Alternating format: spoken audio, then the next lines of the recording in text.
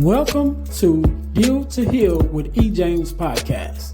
On this podcast, my guest and I will discuss topics and ways to help us to heal in every area of our lives. I believe that everyone can live a life that is happy, healthy, and whole. So I'm on a mission to help people to deal, heal, and fulfill. Deal with your problem, heal from the pain, and fulfill your purpose. Thanks for tuning in. Let's get to it.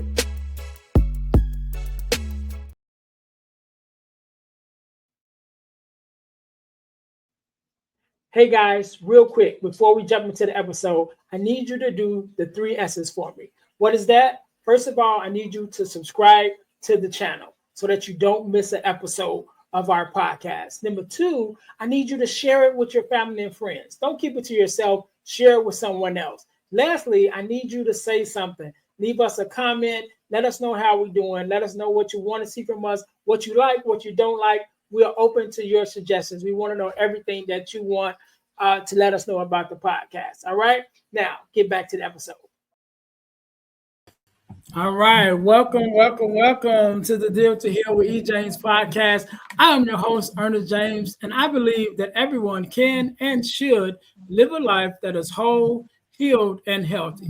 And therefore, I'm on a mission to help people to deal, heal, and fulfill, to deal with your problems, to heal from the pain, and to fulfill your purpose. Thank you guys once again for tuning in to the Deal to Heal with E. James podcast. If you haven't already, make sure that you listen, like, subscribe, and share our podcast on all of your podcast listening platforms, as well as make sure you guys are checking us out on our YouTube channel, which is the Deal to Heal Podcasting Network. Again, that's the Deal to Heal Podcasting Network on YouTube, where you will find the Girl Dad Discussions podcast, as well as the Deal to Heal with E. James podcast, which you are listening to right now. Again, that's our YouTube channel, which is the Deal to Heal Podcasting Network, where you will find the Deal to Heal with E. James podcast, as well as the Girl Dad Discussions podcast. Both of those podcasts, as well as some others, are on our network, which is the Deal to Heal Podcasting Network.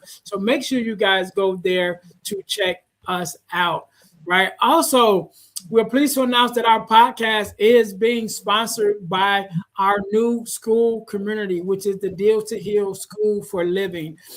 We want to expand our ability to help you to deal, heal, and fulfill. And so what we started was our Deal to Heal School for Living community to bring you resources and workshops to be able to help you on your healing and prospering journey. So again, you guys can check us out at the Deal to Heal School for Living on the school platform. You can look in the description for the link, or just scan the QR code in our upper corner. That'll take you exactly there. You can try it for the first 7 days, absolutely free. See if you like it. See what we have there, other resources and things for you to look into. And if you like it, stay. If you don't like it, still stay. So we're very proud about that. And we got some more great things coming for you guys really soon, to really be able to help you more than just listening to the podcast, but actually delivering workshops and trainings and things of that nature to really help you on this healing journey and this fulfillment journey that you may be on. So make sure you keep listening to the podcast. Make sure you listen out for that. And again, check us out on the school platform. Again, it's the Deal to Heal School for Living. Make sure you guys are checking us out there. But today, just like any other day, we are blessed with a guest, Mr. Andrew. How you doing? How's it going? I'm doing pretty good, man. Doing pretty good. All right. First of all, I want to say thank you for being here, because you could have been doing anything else with anyone else, but you're here with me and my listeners, and I definitely appreciate it. So, Andrew, do me a favor, introduce yourself to my audience. Tell us a little bit about who you are and what it is that you do. I want to say thank you for having me and for inviting me on the show. Like, I'm definitely grateful to be here. As he said, my name's Andrew. I am a father of 2 sons. My oldest is a junior in college. My other one graduated high school last year. So, and I'm a recovering addict after 14 years in active addiction. I've been clean for just over 2 years now. I'm a metal fabricator by day. I'm also a certified health, life, and recovery coach. Um, and so I'm looking to get into the recovery community and make a complete career change, really, and stuff. And I'm also the owner of the brand Dope to Hope. If you see my shirt right here, that's an acronym that stands for Drugs Over Personal Evolution to Helping Other People Evolve. And I want to take the proceeds from these shirts and the merchandise and be able to put it back into the recovery community to help other people, to help give them a better way of life. You know what I mean? Like to get them away from addiction and stuff. So I love it. I love it. And as my listeners know, and I mentioned to you a little bit before we start recording, I'm very big on acronyms. I love acronyms. And yeah, so that by itself, you already got my support. You know what I mean? sure. But I love it. I love it. So Andrew, let's jump into this thing real quick, right? Of course, you have some amazing work that you're working towards now, but there's always a story before the story, right? Before the work Mhm. that you do now, and you kind of mentioned about being a addict and some of that. So let's go back into your story. As far as back as you can remember or like to share, who was the earlier version of Andrew? You know what I mean? Before you kind of got into the addiction and all of that. And then what was that initial change that made you, kind of change your ways now to the point that not only did you change, but now you want to change, help others to change as well? All right. So me before I got it, like we've all been young and dumb, right? High school, Mhm. college, you experiment, you smoke some pot, you drink some beer and liquor and whatever, you know what I'm saying? Like I went to college and was going for computer programming. I live in Lincolnton, which is a small town north of Charlotte in North Carolina. I went to King's College in Charlotte, and you take a small town boy and take him to the big city, you know, Mhm. that's a recipe for disaster a lot of times, So got in with the wrong crowd down there, and got into partying way too heavy. In the 9 months that I went to King's College and I lived in Charlotte, we went through 65 bottles of liquor, and that's not counting all the cases of beer and the 22s and the 40s. Like we all like to party down there, and it hit me a little bit too much, and I ended up dropping out of that before I flunked out. I had both my boys 15 months apart, just after I was 21 years old. So I'm a kid raising kids essentially. But I was doing a pretty good job, and then I met my ex in 2009. And in 2010, that's when she introduced me to crystal meth, and started out, as something we just did on the weekends for fun. We had extra money left over. Hey, let's go get a bag, blah, blah, blah, blah, kind of stuff. And then that over the years, about 2015, 2014 is when it started to really take a turn like downhill. And, Mhm. so we went from doing like a half a gram every couple of weeks to like a half a gram every week, a gram every week, the 16th, like an 8 ball, like, and by 2016, like we were getting like a quarter ounce to a half ounce every week between just us, and like, um, I bought a house in 2017. In February 2017, I bought a house, and by the first week of November in 2018, 18 months later, that house was foreclosed, and I was moving into a shed on our dope man's property at the time. We lived there for about 4.5 months, and then we kind of traveled couch to couch. You know what I'm saying? Like trap trailer. I'd say trailers because there are more trap trailers around here than there were trap houses, really. But you know, and so we did that for about another 5 or 6 months, and after I got away from her, I still continued to use and was like in a really bad place. I had sometimes, I mean, there were several times from 2020 to when I got clean in February 2024 that I went off on drives that I had no intention of coming back from. I mean, and that goes to the suicide ideation and things that we spoke on, with your TED talk, right, Ernest? So, that was really scary. But at those times in the deep and dark places that I was at, I figured I would be doing both my boys a favor if I was not here anymore. If they did not have to see their dad struggle, then I was going to be doing them a favor, and so, and 2023, I had watched probably 5 or 6 people that were in the same using circle, I guess, die from fentanyl poisoning, getting bags that were laced with fentanyl, and they unknowingly did it, and they ended up dying from it. And that's the thing that gets under my skin. I'll touch on this just a bit right here because of where I'm at in my story. But like, people that say fentanyl overdoses, like, that's not really the case. Like, when you're getting something that's been cut with fentanyl and you unknowingly know that it's there, like that's a death. That's not an overdose. You know what I mean? Like, overdose and dying from, being poisoned like that are 2 completely different things. And a lot of people like to get that mixed up. But like, so like, I knew, like I said, 5 or 6 people were in that using group that I was associated with by going to the same places to get my drugs. Like, and it was like Andrew. And every time I would go get a bag, all of 2023, it was like, I essentially equate it to playing a game of Russian roulette. Yeah. Like, how many more times was I going to show up to get a bag every week? How many more times was I going to continue to spin the revolver, per se, and pull the trigger before finally there was going to be a bullet in the chamber, and I was going to be the next statistic. You know what I mean?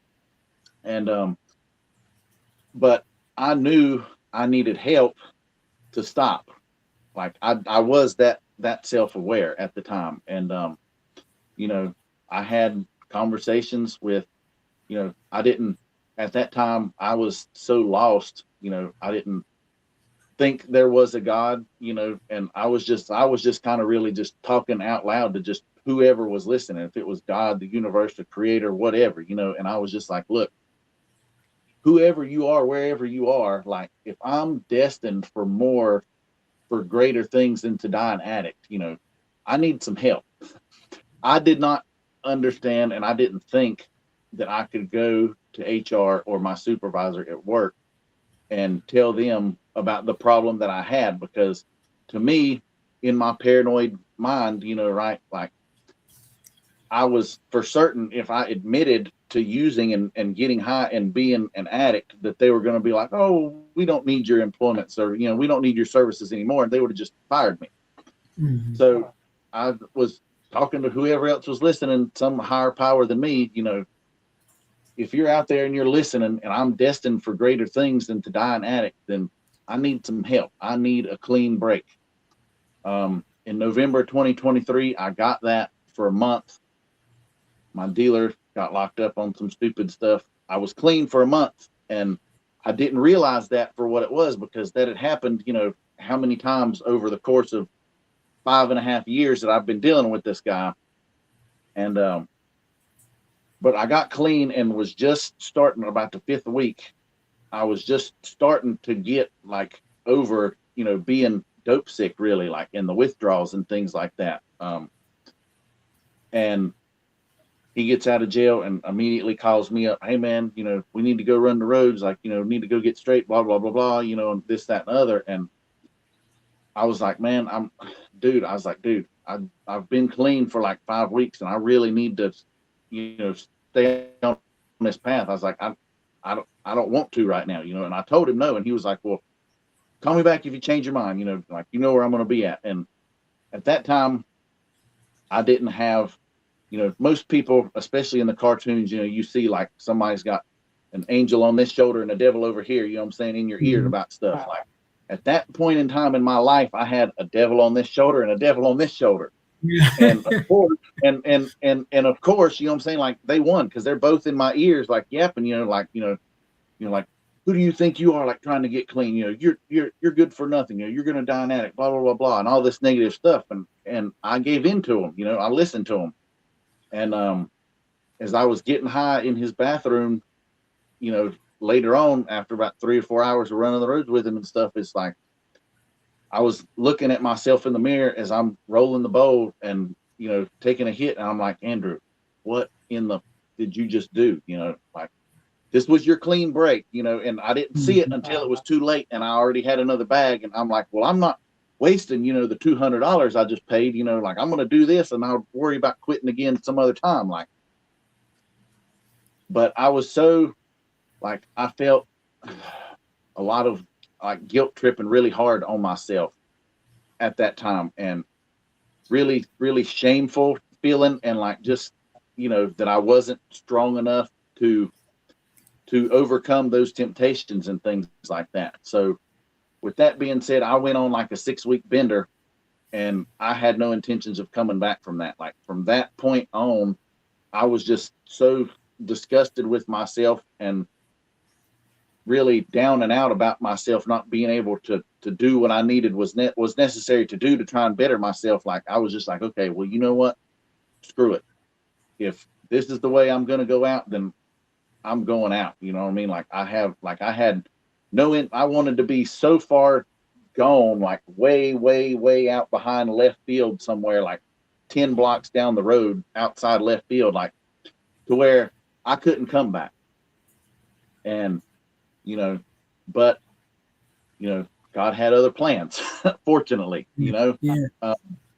So in those 6 weeks, I was like really, really, like I had been at a rock bottom already, but that was like a new level of low for me. Like I was just a shell of my former self. Like I don't even really know how I continued on that 6 weeks. Like at the end of January, I started having some mental breakdowns, like at work, like because my soul, looking back, I realize all this stuff now, but like look at the time, my soul was screaming at me like, you've got to do something, you've got to change, otherwise you're not gonna be here anymore, And there were several days in a row that I had mental breakdowns at work, where I would go to the bathroom and would just bawl my eyes out like for 15, 20 minutes, and then, look at myself in the mirror and like, wipe the tears off my face, get cleaned up, you know what I'm saying? Like, and walk back out of the bathroom like nothing had ever happened and go right back to work, you know what I'm saying? And about that same time, I had taken my money and given it to him like I'd done hundreds of times before over 5.5 years, send him down the road with money. And for whatever reason, he didn't come, he didn't call me whenever he came back, like, and stiffed me on $250. And, but looking back now, that was like, God gave me another chance. You know what I'm saying? Like God said, okay, you didn't see the clean break that I gave you a couple months ago. Like, here's another one. You better take advantage of it. You know what I mean? And so I had those mental breakdowns, and it was like, okay, something's really got to change here, Andrew. Like you cannot continue on just trying to suck it up buttercup, you know what I'm saying, and just power through it. Like you need to figure some stuff out.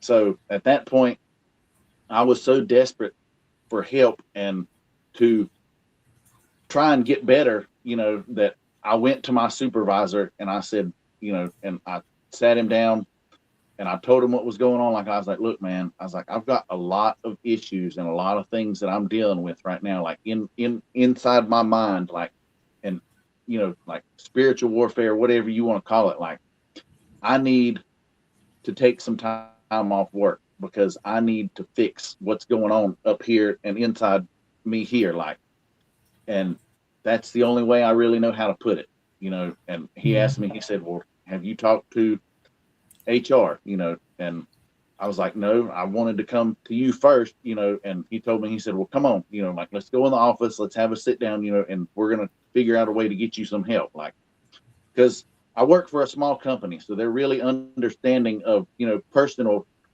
things that need to be dealt with and stuff like that. And they've had people there that had worked there in the past before that had taken time off work to be able to get themselves right and stuff. So they were really understanding of like the mental health aspect and things like that. So we went, had our sit down, and we came up with a way that I could hold my job for. I told them at least, at the least, 2 or 3 weeks. I said, and it might be longer than that. I said, I don't know until I get to sit down and actually start focusing on all this stuff. And so we came up with FMLA no pay, that I could be able to take.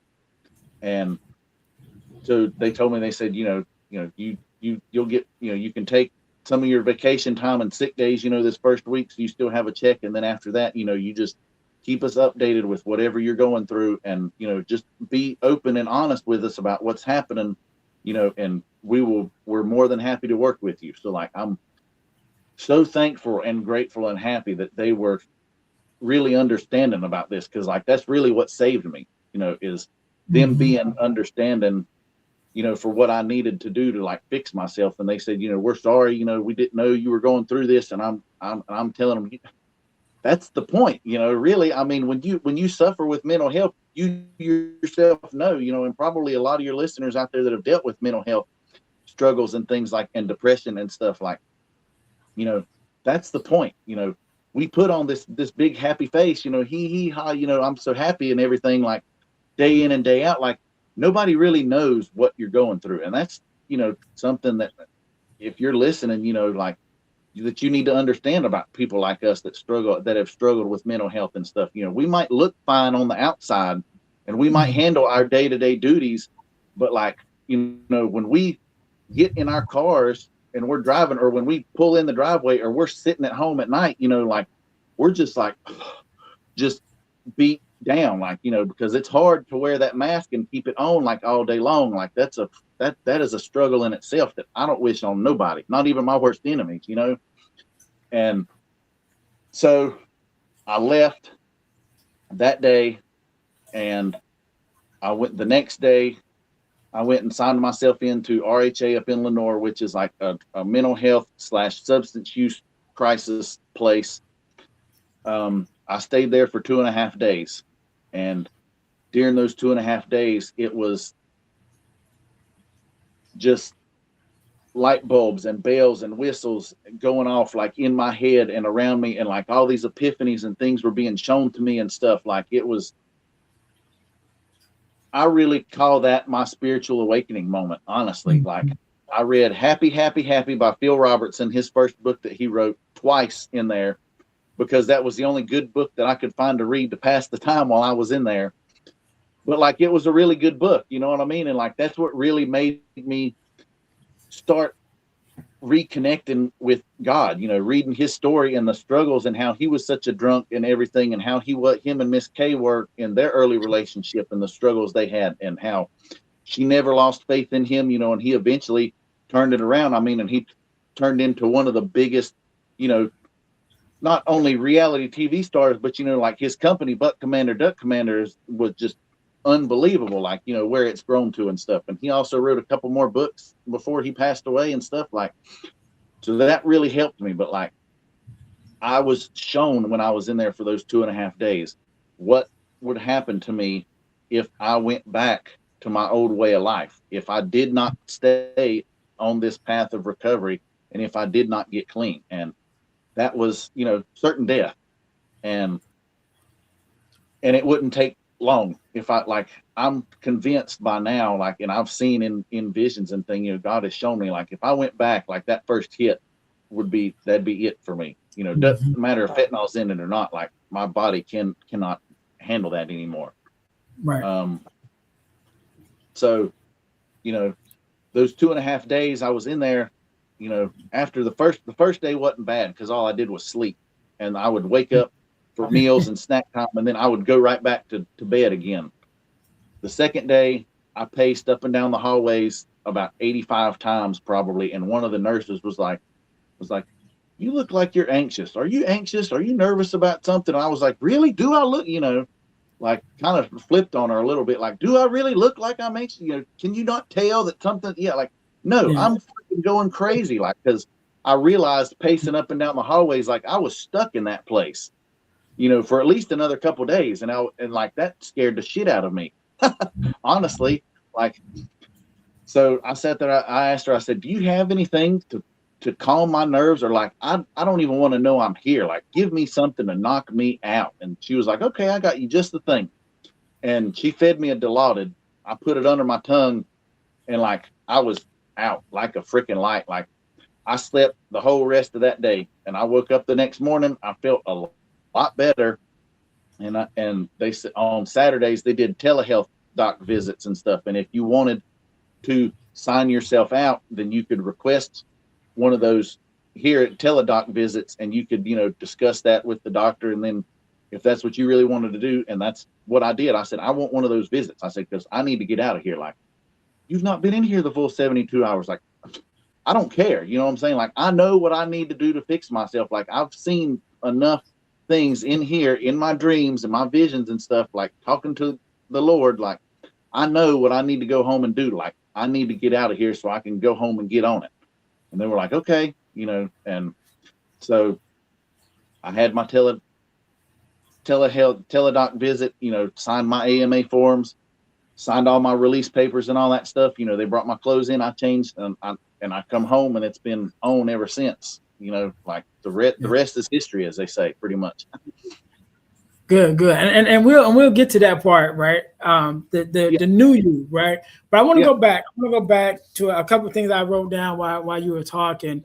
And my first question, I've asked this question to a friend of mine before, and I don't know the demographics of where you grew up, right? So I'm here in Chicago, in the Chicagoland area, and so in our area there are, for lack of a better term, crackheads, people that are strung out, and you see them all the time, like, in different spaces, like they're around. And I had a guy who, grew up in that environment and everything. And he was telling me, kind of just talking, but he ended up going away to the service or whatever, and got introduced to, I'm going to say crack, you know what I mean? And tried it, you know what I mean? And so my question to him was, and I'll ask you this question too. Again, I don't know the demographic of how things were around where you live, but with him, I knew, because he came from the same area that I did. And I said, how do you, having grown up, seeing, crackheads, seeing people strung out on drugs, seeing this all around you, you know what I mean? Whether it was in close, proximity or, from a distance, but you see it, you see the evidence of it. How do you, as a clean person, then grow up and say, I'm gonna try it? You know what I'm saying? So those are the questions that I asked him. So I'll ask you that same question, because to me, logically, in my mind, and this is my reality, because I grew up seeing, different things too. And it's like, I'm not, like, I don't even drink and smoke now. I've never smoked anything. I did drink a little bit, when I got older, but then I was just like, nah, this ain't for me either, but I never smoked anything, just because of the example that I already seen. And so I asked you that same question, because I don't know, you know what I mean? I don't know what would make a person, having seen the evidence of what could happen, still say, okay, I'm gonna try it anyway. Well, it wasn't really a choice of, I wanted to try it. Like, when me and my ex were together, like I did cocaine and stuff like that too. After I dropped out of college, like I got into cocaine too, and ecstasy and some other stuff. And that wasn't bad per se, like when we started dating, I would do some cocaine every now and then, and she would do her stuff, the meth and things. And, we were on the way home from the bar one night, and she had our lines cut out, mine and hers on the same mirror. And like, usually she did hers first, so I didn't get them mixed up, because I'm driving, and for whatever reason, you know what I'm saying? Like, she made me do mine first, you know what I'm saying? And I mean, tricked me. Yeah, I can maybe say that, you know what I'm saying? Like, so, and then it was like, what did you do that for? Like, well, you just gonna have to ride it out now. And like, it was, all downhill after that, you know what I'm saying? But I want to go back, to but even before I that, was even like really, in college, like you said, you went to college and yeah, you were introduced to it. So that's when I wanted that first initial introduction to whatever drug. You know what to I'm saying? cocaine Like, and what was everything the thing because that made you just be like, I want to try anything? you see people having fun on it, and it's like, hey, I want to be able to do that. You know what I mean? Like, Mhm. so for me, like drinking and smoking pot, like, yeah, okay, that was cool. But then, like, some of my friends were like, hey, come to this rave with us, and I went, and I was like, man, why is everybody dancing around and playing with glow sticks, and doing all this stuff, like what's going on here, and they're like, oh, like you need to take some ecstasy, and I'm like, no, I've heard bad shit about that. Like, can't you die from that? And they're like, only if you're stupid about it, like, but you got to be smart, Right. whenever you take this stuff. And I'm like, like, so do you want to try it? And I was like, no, I don't think I want to, but peer pressure is mother, right? Mhm. So after 2 or 3 weeks of doing that, it's like, you know what? Okay, give me one, Yeah. and then you take it, and then, it's like, just like when Adam and Eve ate the apple, you know what I'm saying? Like your eyes are open and it's like, Right. oh, wow, this is awesome. You know what I mean? So, and then it's on like Donkey Kong Yeah. after that. Yeah. And Yeah. then, Yeah. Right. Right. and then, I was sitting with some friends watching the movie Blow. And I was like, damn, cocaine looks like a lot of fun, maybe I should try that next, and of Mhm. course there were people around that were like, well, here, try some, and then that was, I mean, Mhm. I got pretty strung out on that too, you know what I'm saying, for a little Right. bit. I mean, it's just because it looks fun, and like you Right. see people doing it and they're having fun, and you're like, I want to be a part of that, especially if you're somebody that's always, kind of been a follower and not so much Mhm. a leader of the pack kind of mentality, you know what I mean? So like I had a lot of self-confidence issues and things like that, like, Right. and it was kind of socially awkward growing up, like, because I had ADHD and stuff like that too. So like Right. I had a lot of issues with that. Like I came from a perfectly normal, like, well, normal, I mean, middle class, white family, like growing up. Like I had both parents in the home, you know what I'm saying? Like good role models. Did, dad drank beers every once in a blue moon, maybe, you know what I'm saying? But like he wasn't Mhm. drunk all the time or anything like that, nowhere close, And so like I didn't get introduced to all this stuff until, like I said, I moved to Charlotte and Yeah. I started seeing all this stuff. And it's like, damn, all this looks like fun. Look at how much fun these people are having. And you see everybody else doing it and you want to be part of that too, like, because you want people to like I wanted people to like me and think I was Right. cool too. So Right. of course, I'm gonna follow suit, you know what I'm saying? Like, monkey see, monkey do kind of Right. deal. Right. So Yeah. I Okay. went back and I did it, and I mean that's it, Yeah. Now But I wanna talk about one of the other things that you mentioned, that even that reality of fast forward years after, right, and you're down this road of addiction, and you mentioned about getting to the point where you start seeing your people in your circle starting to die when the fentanyl whole situation came yeah, about. And when you were saying it, right, when you were saying it, the same thought came to my mind that as you spoke it was that Russian roulette, right? That yeah, little spinning the wheel, and not knowing whether it's going to be your last time or not, and even having that mindset of it possibly could be your last time, but are you still going to do it? You know what I mean?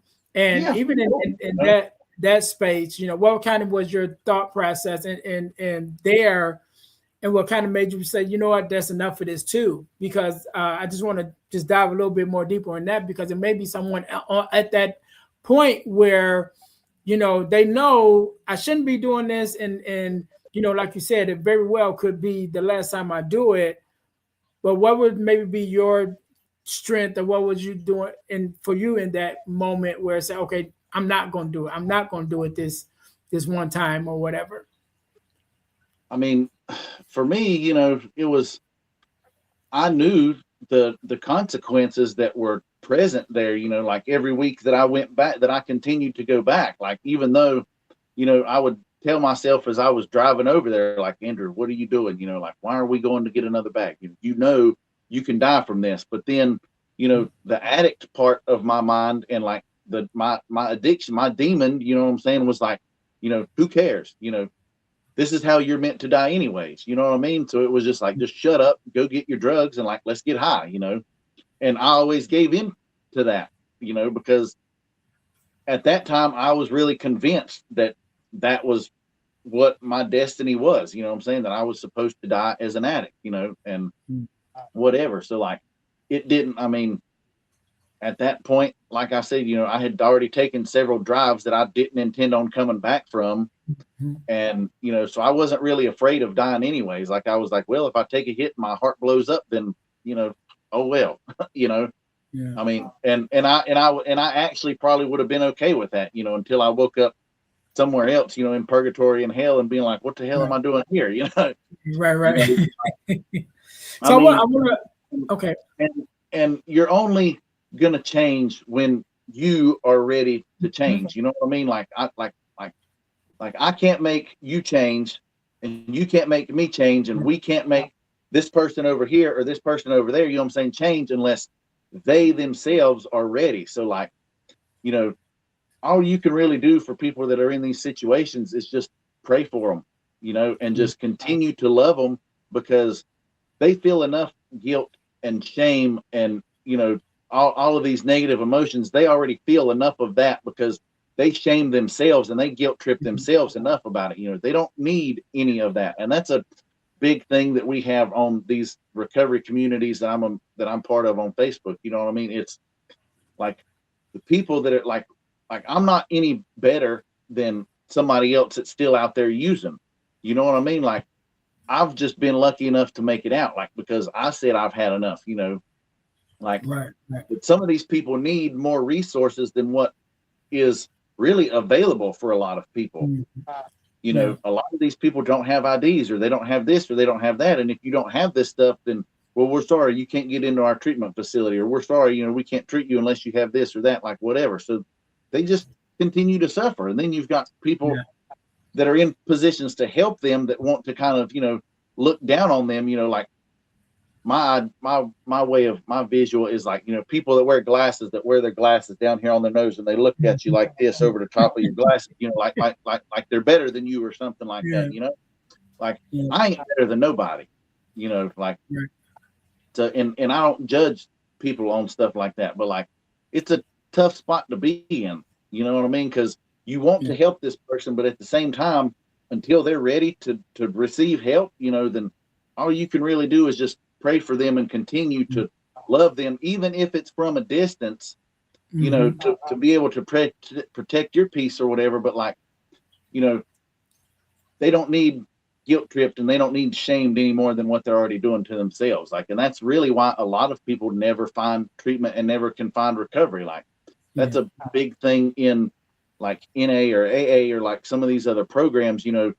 They look at people and they're like, well, you have to do it this way, or if, like, the programs are really big on not being on head meds, and some people need those meds to be sane, you know what I'm saying, and to be able to live their best life, but they don't like that, and they're like, well, you're still using substances, and to me and some other people I spoke to, it's like, well, you smoke 2 packs of cigarettes and you drink eight cups of coffee a day, you know what I'm saying? Like, how are you any better than somebody else that's taking Zoloft or something, you know what I'm saying, like, to help them live their best life to where they're actually be able to function mentally, you know what I'm saying, and be a contributing member to the society about stuff. Like, it's a really, really big gray area on a lot of that stuff. Like, when you break it down, and like, it's,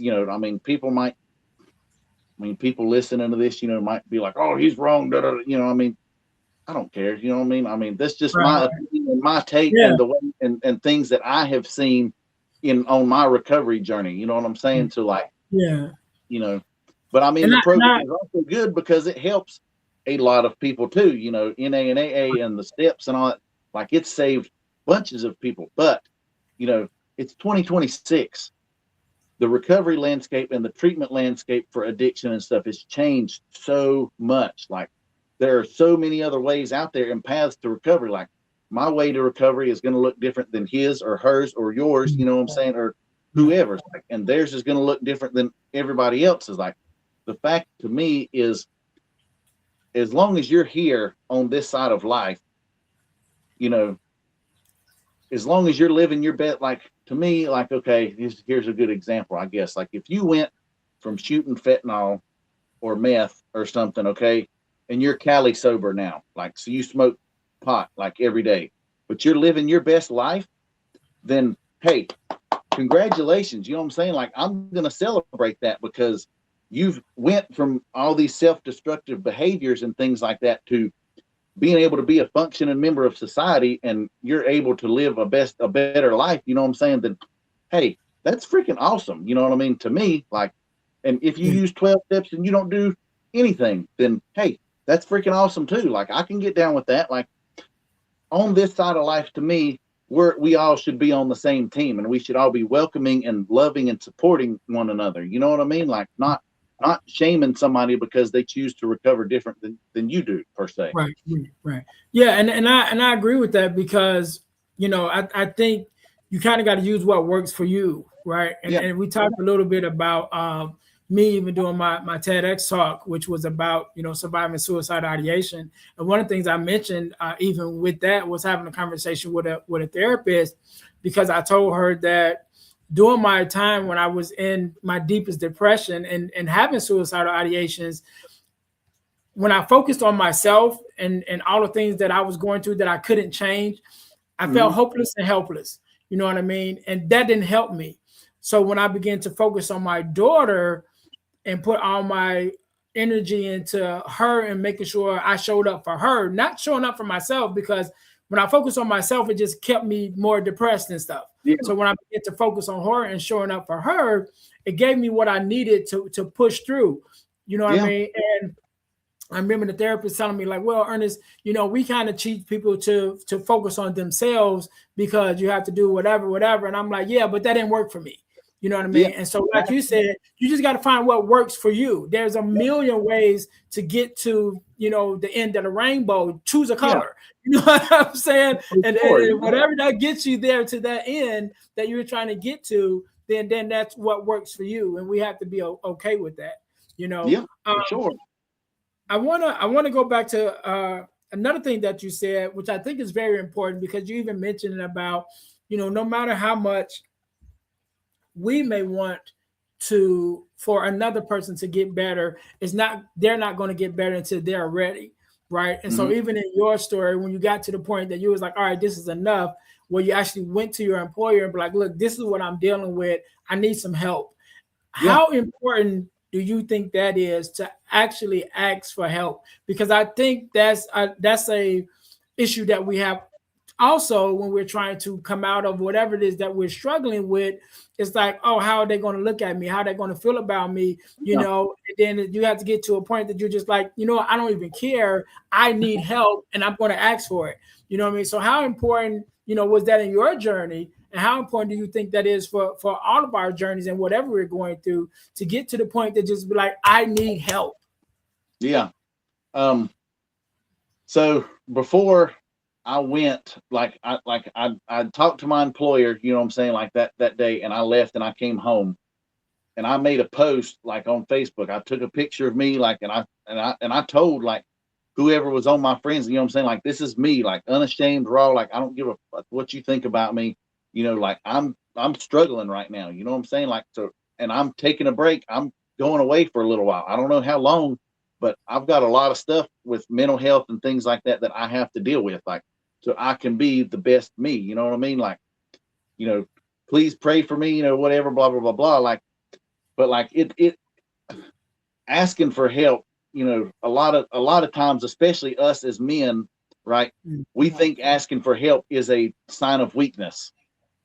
But with the men's mental health crisis and everything else, you know what I'm saying, we know that like asking for help is really one of the most courageous things that a guy can do, like, because we're not meant to shoulder everything that we shoulder, and we're not meant to carry all of the things that we carry, especially in today's society. Like, the bar is so freaking high for like what we're expected to do, as men, like, and it's scary. And like, there's a lot of stuff, on there. Like, so, you know, back in the day, we had everybody says it takes a village. And back in the day, you really had a village to help support you. You know what I'm saying? Like nowadays, we're off on a freaking island all by ourselves, somewhere like, and it's scary and it's hard and it's heavy, so like, if you're a guy that's out there struggling, like, please don't hesitate to ask for help. Like the graveyard is full of too many guys. The crematorium has been, too many guys have been through there, like that thought that asking for help was a sign of weakness, and it ended up costing them their lives. You know what I mean? Like, please speak to somebody. I mean, it doesn't matter if it's your neighbor, if it's your friend, if it's your parents, if it's some random person on Facebook, you know what I'm saying? Reach out to somebody. Like, the age of information, and in this age where everybody is connected, like you can find Facebook groups or stuff like that you can reach out to somebody, and there's plenty of people that'll be like, hey man, I was in the same situation that you're in. This is what helped me, like, talk to me about it, like, let's talk, let's chat, blah, blah, blah, whatever, like, and so, yeah, reaching out is like, yeah, one of the strongest, it was one of the scariest things that I ever did. And it was also one of the best things I ever did. I mean, that was the big turning point for me to get to that point. Like, I don't care what anybody thinks about me anymore. Like, if you think I'm weak, okay, maybe I am weak, but I think I'm pretty freaking courageous to stand up and admit that I have a problem, because everybody nowadays doesn't want to take accountability for anything. That like, accountability is almost like loyalty and honesty, like in today's world. You know what I'm saying? Like, they're just words in the dictionary. And so to take accountability, like, hey, I'm not okay, and I'm okay with that, like, it's okay to not be okay. Yeah. So asking for help, like, just please do it. You know what I'm saying? Like, your future self, your wife, your kids, whoever, like, will thank you for it. You know what I'm saying? Like, farther down the road, for sure. Yeah, I love that. I love that. One of the other things that you mentioned, you talked about, and you put it in these words. After you just kind of prayed and just like, hey, whoever's up there, you know what I mean, like, help me because I need help. And you mentioned about having these guilt trips, when you went back after you had that prayer, right? After you made that prayer, and then you go back and you're like, dang, I shouldn't have did that, and even having the mental breakdowns, from a spiritual person as I am, I believe that, even though you referred to it as guilt, I refer to it as conviction, because once you pray and once you ask God to help you, when you don't have, I would say, before you make that spiritual connection, you're actually acting pretty much only out of your natural man. Like, everything you do is just out of your natural man. But once you make that connection, now God says, okay, you asked me for help. So now one of the things that he gives us is conviction. It's not guilt, it's conviction. So it's when you do something that you're not supposed to do. It's like, I already prayed about this. I already asked for help about this. And before, you probably never would have thought about it. You're like, hey, I'm going to get my drugs or whatever. Yeah, but now you made that spiritual connection, and now you've been given the gift of conviction, which is when you go to do something that you're not supposed to do, that little voice that mentioned about having the two devils on your shoulders. Yeah. Now you got that conviction, which is that angel said, now you shouldn't be doing, you know what I mean? And so now that's where that conviction comes in. Now I'm like, hey, you asked for the angel, now I'm here. You know what I mean? Yeah. So even in your journey, how big of a turning point did that make, now that you made that spiritual connection, and now you got this angel that's saying, hey, I can't make you not do it, but I can remind you of what you prayed for, because you prayed for help, you prayed to be able to get away, and now I'm here just to remind you and to give you that conviction now that you may go ahead and do it anyway, but you're going to feel bad about it because you asked to feel bad about it. Yeah, for sure. I mean, and that's really what it was, you know what I'm saying? Like, now that you mentioned that conviction, that's exactly what it was, but the demons and the devils were like, haha, and were shaming me for it, really, you know what I'm saying? But, God was kind of like, hey, you asked for help, I gave it to you, and now you don't want to take it, like, what's up, kind of thing, like, really, like. But when I got clean, And that was one of the things that I did, like whenever I was on my drive home. Like it's like a 45-minute drive from there back here to where I live at. And that was one of the things I said. I said, all right, God, I said, I've tried for however many years in my life. I was 39 and a half at the time. Like I was like, for my whole adult life, I've tried to do things Andrew's way. Mm-hmm. And we see where that's gotten me, like it's not worked out too well. And I was like, I was like, so here I am, Lord, like, do with me what you will. I'm done trying to force my way of life and the things that I want, so like, you lead the way and I'll follow, kind of thing. And that's really what it's been ever since, you know what I'm saying? Like, but yeah. There's another side to that, like you can ask for God to guide you and you can ask him to reveal the steps for you that you need to take, but you have to be willing to do the work too. You know what I'm saying? Like you can't just like, and I actually made a short and posted it on my YouTube the other day about that, about how prayer works. You can't just pray to God and ask for something, for him to do something for you, and then just kind of, sit there and twiddle your thumbs and like expect him to drop it in your lap. Like you've got to be willing to go out there and put in the work and the effort and things like that to show him you're worthy of those blessings and things like that, So like, yeah. And that's really where I'm at now. And that's what's led me to this podcast. That's what led me to Stacy's, you know what I'm saying? And like all these other things that I've got lined up and going now is like, because, I made it. I was one of the lucky ones, I made it to this side of life. God has a bigger purpose for me. And I understand that now.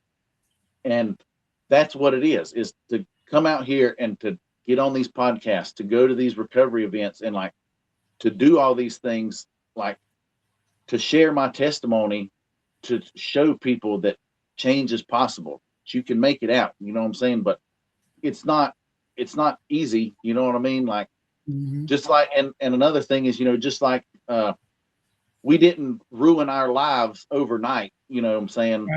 Right. It like it was a process, like a gradual process, like sometimes it takes months, sometimes it's years. And like in my case, you know what I'm saying? It was over a decade, but like, so you're not going to fix yourself overnight either. It's a process and it's a journey, but if you stick with it, like, man, I mean, It's just like I was on my walk earlier before I came home to get ready to do the podcast. And I was standing there in the sun. And I was just like,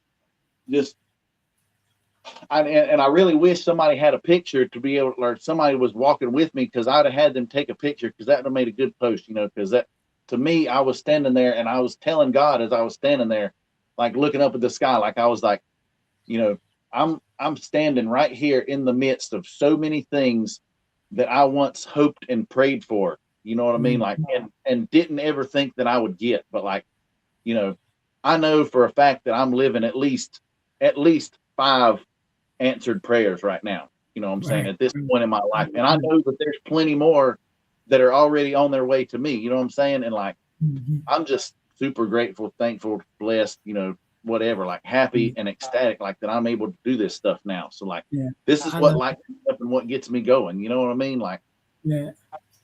So I love it, man. And I definitely congratulate you, Andrew, for being on this side, man, and for everything that you do. So now you're on this side, so tell us just, briefly about some of the things that you got going on, and tell us about your nonprofit that you have as well. Now, because we heard the whole story, about how you got here, but now you're here, right? And so what are some of the things that you're involved in now, besides, doing podcasts, that's now taking, the things that you've learned and use it in a positive note in order to help others? All right. So, one, I've been volunteering for about since November of last year. I've been volunteering at a sober living house that's about 10 minutes from where I live at. Tuesdays and Thursday nights are they're free nights, like where they, don't really have, like, they don't have church, they don't have study, they don't have anything else going on. You know what I'm saying? It's their free time. I go over there and I hang out with the guys. They can pick my brain about my story and like my testimony and things like that. or what recovery is like for me. You know what I mean? Like when I celebrated 2 years back on February 3rd, that was a Tuesday actually. I went, and this is the only reason I did this now, is I went and bought a cake from Food Line, like a blank birthday cake, and I had the woman take the plastic birthday thing off, and I had her write "Happy Second Soberversary" on there because I took it to share with the guys, like as a Mhm. visual thing of hope. You know what I'm saying, for them, like to see what's possible in recovery and stuff. So I took that with them and I shared it with them, and I told them, I said, look, I said, I didn't bring this cake for y'all to, I mean, even though they all did give me hugs and congratulate me and, all that kind of stuff. Like I said, I didn't do this for that. Like I did this for y'all to see, you know what I'm saying? Like the things that are possible when you put in the work and you continue on this path. Like, this Mhm. is what's possible. You know what I'm saying? Like after you graduate this program, because it's a year-long program, I said, when you celebrate a year clean, you can have a cake, that you could be celebrating with your family and your friends and your kids with, you know what I mean? Like, or you could be Mhm. bringing it back here to the Hope Center to share with Yeah. the guys that are going through the program at that particular time. You know what I mean? Like, but these are the things that are possible, and I said, I come here, and volunteer to hang out with you guys and stuff because I want y'all to ask me questions. I want, saying like for them to be like, well, how's your week going? What are your plans for this weekend? And tell them these things, that I've got going on so they can be like, man, I can't wait until I get out of this program so I can get to go live my life. You know what I'm saying? And not be chained down to addiction and all these things that we were a slave to for so long. You know what I mean? So Yeah. that's one thing I've got going on. I've, like I said earlier, I'm a certified health, life, and recovery coach. So any recovery events and networking events that we have in the area, I go to hand out business cards and things like that. Cause like I said, I'm trying to make a career change on stuff. So, and I really Mhm. like, this is where I feel like I've been called to be at in life. So I'm continually like my 2 words. I made a post about that last night. Like what are your words? Like if you see the post on Facebook or whatever, people have like a word search thing up, and it says the first 3 words are like what you're gonna do this year, blah blah blah, whatever. Like my 2 words are networking and opportunity. So being on this podcast, on Stacy's, and doing these other spots and doing these other things, like that's what I feel like God has scheduled, what I'm saying, like has planned for me to do this year, like putting in the necessary work and taking the steps so that when he opens the door for me, what I'm saying, then I'm going to be standing in the hallway ready and wait.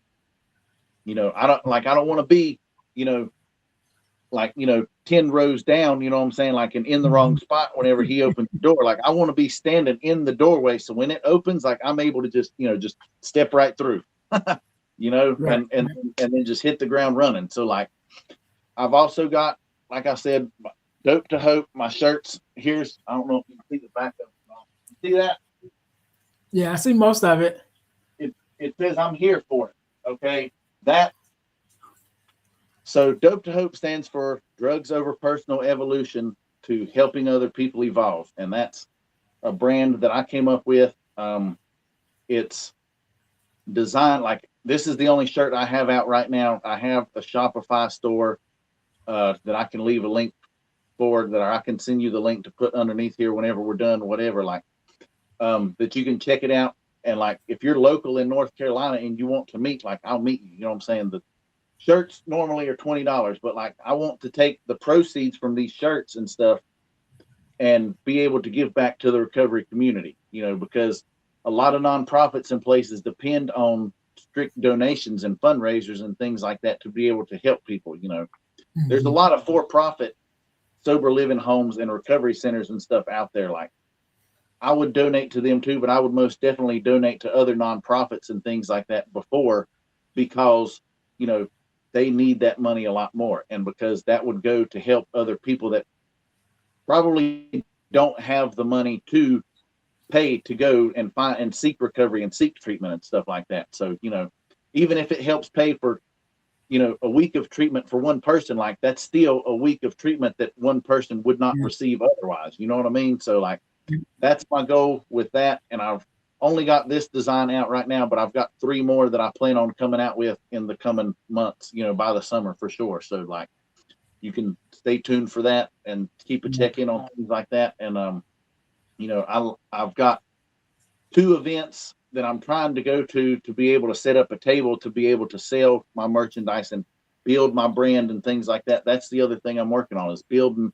the Dope to Hope brand. So like when I go to these events and I hand out my business card, I explain what I do, what I'm trying to accomplish and things like that, because, the more I network, there's a quote about networking I saw a while back, and I told Stacy the same thing on her interview, that it says something about, the right conversation with the right person can put you years ahead of your goals. You know what I'm saying? So like, stop hesitating to reach out to people. You know what I'm saying? Like Right. send that email, send that text message, make that phone call, like, go to that networking event and like get out there and talk and meet and greet people, because you never know who you're going to meet out in the world somewhere. And that person, you know what I'm saying, can, like I just said, can put you years ahead of where you would be if you were trying to do it by yourself. You know what I mean? And that goes back to the whole, don't be scared to ask for help.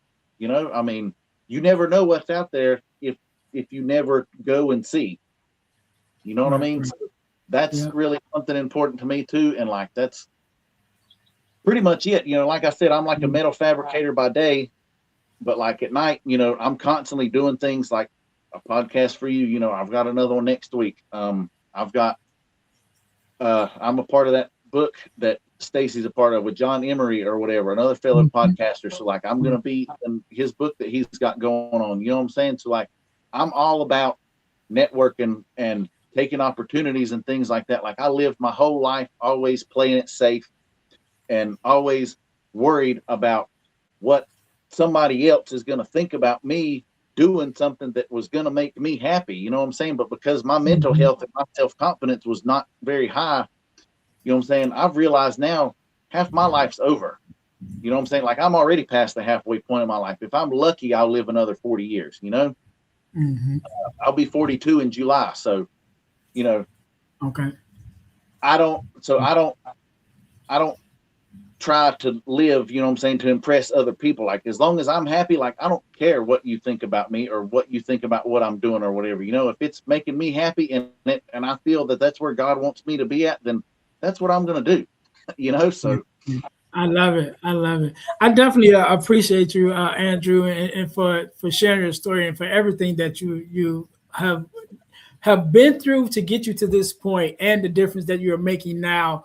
And I definitely I listened to, of course, Stacy introduced us, but I listened to your interview with Stacy and definitely wanted to have you on to share your story here, because I think that is definitely impactful and it will definitely help our listeners who are kind of dealing with addiction and kind of trying to make their way out.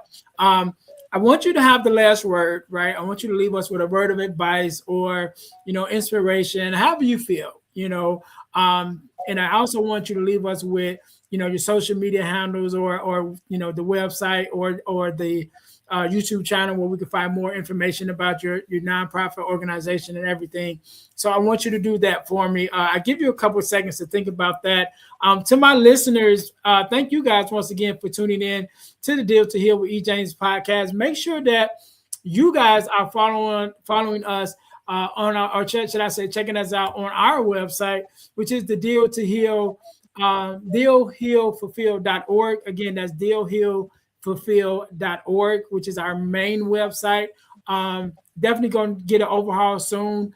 So I know it's a little outdated, but you still can go there and find out information about what we got going on. Also, make sure you guys go to earnestjamesspeakslife.com. Again, that's earnestjamesspeakslife.com to find out how you can have me to come out to be a speaker or to lead a workshop at your school or organization. I definitely love doing that, especially doing workshops, which is why I even started, like I said, we started the Deal to Heal School for living on the school platform, because there I'm able to do more workshops and teach more, and which is one of the things that I love to do. So make sure you guys go to earnestjamesspeakslife.com to see about having me come out to be a speaker or to lead a workshop at your school or facility. Also, ebooks by ejames.com. As you guys know, I've written several ebooks, and you could go to ebooksbyejames.com to purchase those ebooks. But unfortunately, that website no longer exists. ebooksbyejames.com no longer exists. However, you can still get all of our ebooks that I've written, and you actually can get them for free when you go and check out our school platform, which is again Deal to Heal School for Living. When you go there and check out our platform, the first 7 days again is absolutely free. There is a tab that says resources that you can go there and you can download all of our ebooks absolutely free while you're checking us out on our school platform. So make sure you guys go there because they're not available at ebooks by ejames anymore, but they are available on our school platform. So make sure that you guys go and check that out. Also, deal2healtees.com, which is our inspirational t-shirt line. Again, that's deal, the number 2, healtees.com. Put some inspiration in your situation. Wear an inspirational tee and be inspired all day. That is our tagline. Make sure you guys go there and check us out at deal2healtees.com. Also, forgivenessmission.com. Over the last couple of years, I've been blessed to be a part of an organization. And what we do, we have free virtual workshops bi-monthly talking about the area of forgiveness, forgiveness of self, forgiveness of others, forgiveness of the world, all the different aspects where forgiveness is important in our lives today, because we believe that forgiveness is one of the missing parts that we are missing in our world today. So again, you can go to forgivenessmission.com in order to sign up for our next free virtual workshop. The workshops are absolutely free, but the information is priceless. Whenever you're listening to this episode, either a workshop just ended or there's one coming up. So make sure you go to forgivenessmission.com in order to sign up for our next free virtual workshop. And also, one of the things that I'm very excited about is we have started our nonprofit. We have now started our nonprofit, which is the Deal to Heal the World Incorporated. Again, that's Deal to Heal the World Incorporated, because we want to do more stuff for the community, but we don't want to do it so that it's free to the community. So all of those workshops and giveaways and things of that nature that we want to bring to the community, we want to bring it at no cost for the community. But that being said, there is still a cost to bring it together. So we're asking for your donations to donate again to Deal to Heal the World Incorporated, which is our new nonprofit. The information will be in the description where you can go and make a one-time or recurring donation to help us bring more healing and fulfillment into the world, into our communities. So we're very excited about that. So make sure you guys go and check us out there. Andrew, once again, I want to say thank you so very much for being on. Thank you for coming on and sharing your story and your expertise and your experiences. I definitely appreciate you. I want you to have the last word, so the floor is yours. Thank you again for having me, Ernest. Like I said, I enjoy doing this stuff, and this is where I'm meant to be, is doing stuff like this. So yeah, thank you for the opportunity again. All right, last words. I would say we didn't even really get to speak on gratitude much. The attitude of gratitude is going to take you to so many higher places than, if you're in the attitude of like lack or want, or like you're always comparing yourself to somebody else or trying to keep up with the Joneses, like you're not going to have a very happy life. Attitude of gratitude is where it's at. As corny as that might sound, like it's the truth. And I've found that out a lot in my recovery journey over the last just over 2 years. And a good way to practice gratitude, and what I do, in the mornings when I'm driving to work, I don't listen to the radio or anything like that anymore. I ride in silence, and I list, I name off, 10 things I'm grateful for. And then I pray for people that need to be prayed for, that I know that are close to me or that I've heard about. And then I set my intentions for the day. If you just wing it on a day, you know what I mean? Like a lot of times if you're just kind of up in the air, like, well, we'll see what happens, when I get to work, like, very rarely does that ever, turn out good, at least not in my experience. Right. So, if you set your intentions during the day or for the day also, that helps tremendously. And also I ask for strength and guidance and wisdom to get me through the day as well. And then the last thing I do before I go to sleep at night is I do the same thing. 10 things I'm grateful for, and those should really be different because you just lived a whole day. You know what I mean? So 10 other things you're grateful for, pray for, family, friends, loved ones, people that need it. And, just ask the Lord to protect you and stuff, as you sleep, your family, friends, whoever, and, go to sleep. And like, for me, that has been such a game changer. Like I've really been heavy on this, like the last 9 months or so. And it's been a phenomenal game changer for me myself. So like, if you don't already do that, like give it a try and see what happens. Cause like I can guarantee you that you should be feeling differences, within a week or so. But other than that, just take care, everybody. And yeah, don't be afraid to ask for help. Like your teacher in school always told you, the dumbest question is the one you never ask, and you never know what's on the other side of asking for help if you don't ask. So please don't hesitate. All right. And so what is the website where they can look at check your t-shirts and stuff out? It's dope, DOPE, the number 2, hope, HOPE .myshopify.com. And that's just HTTPS, / whatever. There's no www. So, and right. Like I said, I'll give you this so you can put that in the comments underneath the podcast or whatever. Like, and also, my coaching website is HTTP, / dope to hope.net. Same DOPE, the number 2, hope.net. And then Facebook and Instagram are both Andrew.Lidman84. Those are my handles for there. So, and that's all right, it. All right. And I'll make sure that I have all this information. YouTube is, it's all capital letters, dope _2_hope is my handle on YouTube. So yeah, you can check it out as well. All right. We'll make sure that we have all that information in the descriptions. Make sure you guys go there and check us out. To my listeners, again, thank you guys once again for tuning in to the Deal to Heal with E. James podcast, where our mission is to help you to deal, heal, and fulfill, to deal with your problems, to heal from the pain, and to fulfill your purpose. Until next time, you guys be blessed.